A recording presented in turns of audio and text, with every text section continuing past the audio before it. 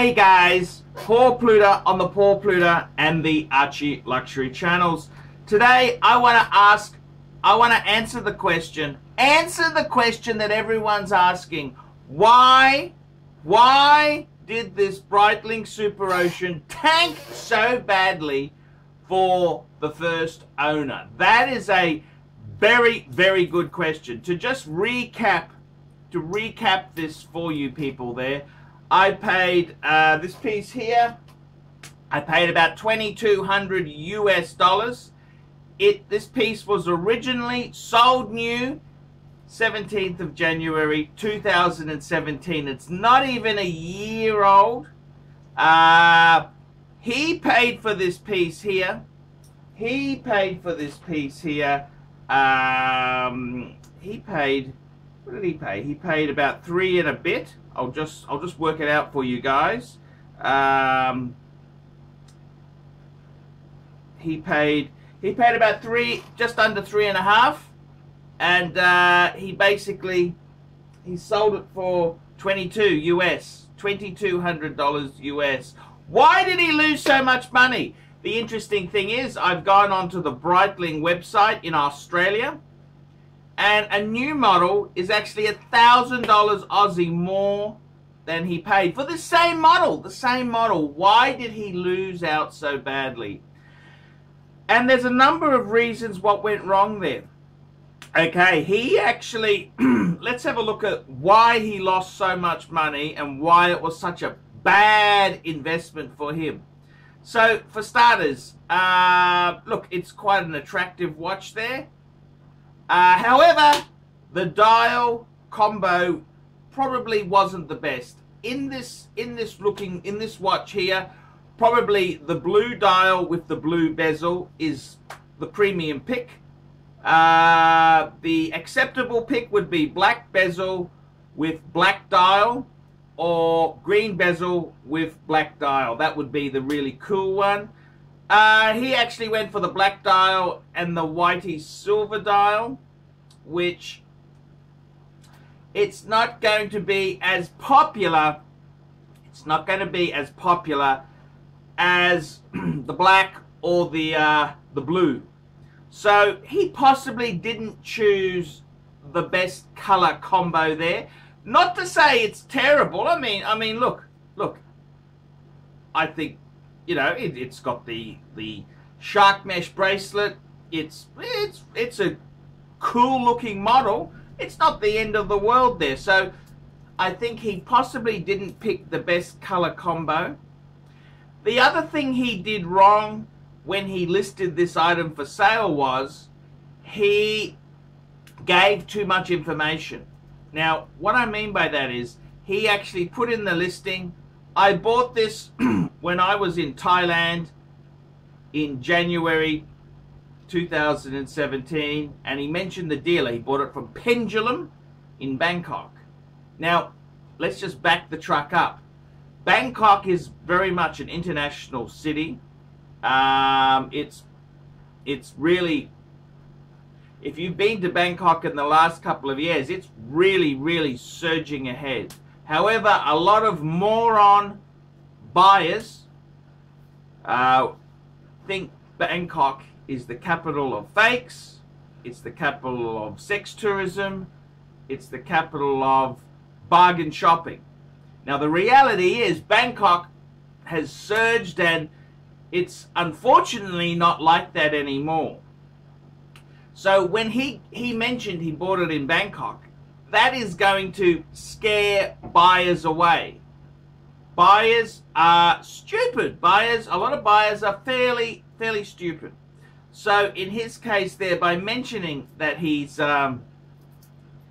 bought it in Bangkok, he isn't doing himself favors. I mean, he had a copy of the sales receipt. It was a box, papers, everything. It even had that Breitling electronic card.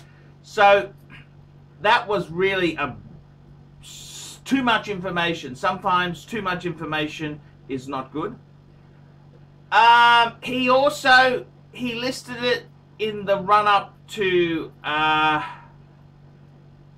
Christmas, like the couple days before Christmas. I think people were in holiday mode, so he chose a poor time to list it. He should have listed it in early December, not late. He also, look, eBay itself, eBay is there. They protect the buyer. The seller, they burn sellers. So eBay encourages you to list your product from $1. They asked you to list it. So he listed it at 3,000 Australian. And what happened was it sold for that. And I ended up getting a 5% eBay code. So I got a discount on the item still, 5% discount. So he really, in all honesty there, he, eBay, how do I say this? Sometimes on eBay, if you're selling a product and it's going too cheap, get a friend to bump it up. It's called shill bidding. Highly illegal. eBay hates it. But I mean, Jesus Christ. What are you going to do when a product you've listed is going to sell cheap at auction? You bloody put some dummy bidders in. That's what you do. Worst case scenario, you end up buying it yourself and you save the sale. I mean, Jesus. If that was my watch, if I would have paid, he paid three and a half US, just under 3.5 US, I wouldn't be selling it for bloody 2.2. That's for sure. So if it's going cheap, you got to put some dummy bidders in. That's what you got to do. I mean, eBay is there. eBay's only interested in an eBay. They don't give a shit about you. They get fees whether it sells for 3,000 or 4,000. The fees aren't that much different. But to you as the seller, that is big difference. So he took a massive bath on this piece. The other thing that happened to this buyer also, which has really hurt the market for this particular watch, is, lo and behold, so he bought this January 2017. Lo and behold, Breitling announces a new model. They announced the new model, the Breitling Superocean Heritage 2. The 2. The 2, it had a few little improvements. They did away with that pesky ETA, the ETA 2824-2 movement, and they had the new in-house Tudor movement. That's right, it's a collaboration with Tudor. Basically, Breitling did a movement swap with Tudor, and the new model uses the MT 5612. Now, not only that, but the new model has a ceramic bezel. And the new model has revised hands. They're hands that look more like the original 1950s. Well, the Superocean came out in 1957. Looked like the original type hands. So that's a bit of bad luck. Now, the truth is, the new model is only 8% more expensive than the outgoing model. So you know what's going to happen. The old model is going to floor itself. Breitling itself there, as far as selling this type of watch goes, look, they are soft. They are soft. At the moment in the watch industry, non-Rolex, non-Patek, a lot of them are fairly soft. IWC is soft, Breguet is soft, Panerai is soft, and Breitling is soft. So I think that's pretty indicative there. The other thing is that, I mean, he bought this watch probably one of the worst retailers as far as discounting goes. I mean, Bangkok, yes, it's a fun international city. I love Bangkok. But luxury goods in Bangkok tend to be more expensive than Australia. So he probably didn't get that great a deal. And I gotta tell you, the fact that the dial choice, it's not terminal. I mean, it's not a terminal dial choice, but you'd normally go for the blue or the black. The fact that the new model had come out, the fact he put it on eBay at the wrong time, the fact when it was going to go cheap, he didn't shill bid. Put a few shill bids in. That's what you do. I mean, I'm not advocating cheating, but I'm saying to you, sometimes when an auction is going cheap, you've got to save your sale there. I mean, I don't sell on eBay. eBay sucks. But if an item's going so cheap, do you let it go? Fuck eBay. Fuck eBay. eBay doesn't give a fuck about you. They don't care about you. They don't care about you. They just want turnover in their auction site. eBay gave up caring about sellers years ago.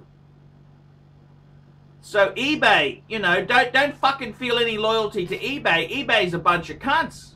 They don't care about you as the seller one bit. So I got to tell you the truth there. You know, eBay doesn't allow you to have a reserve on the auction. Doesn't allow that. All sorts of bullshit things.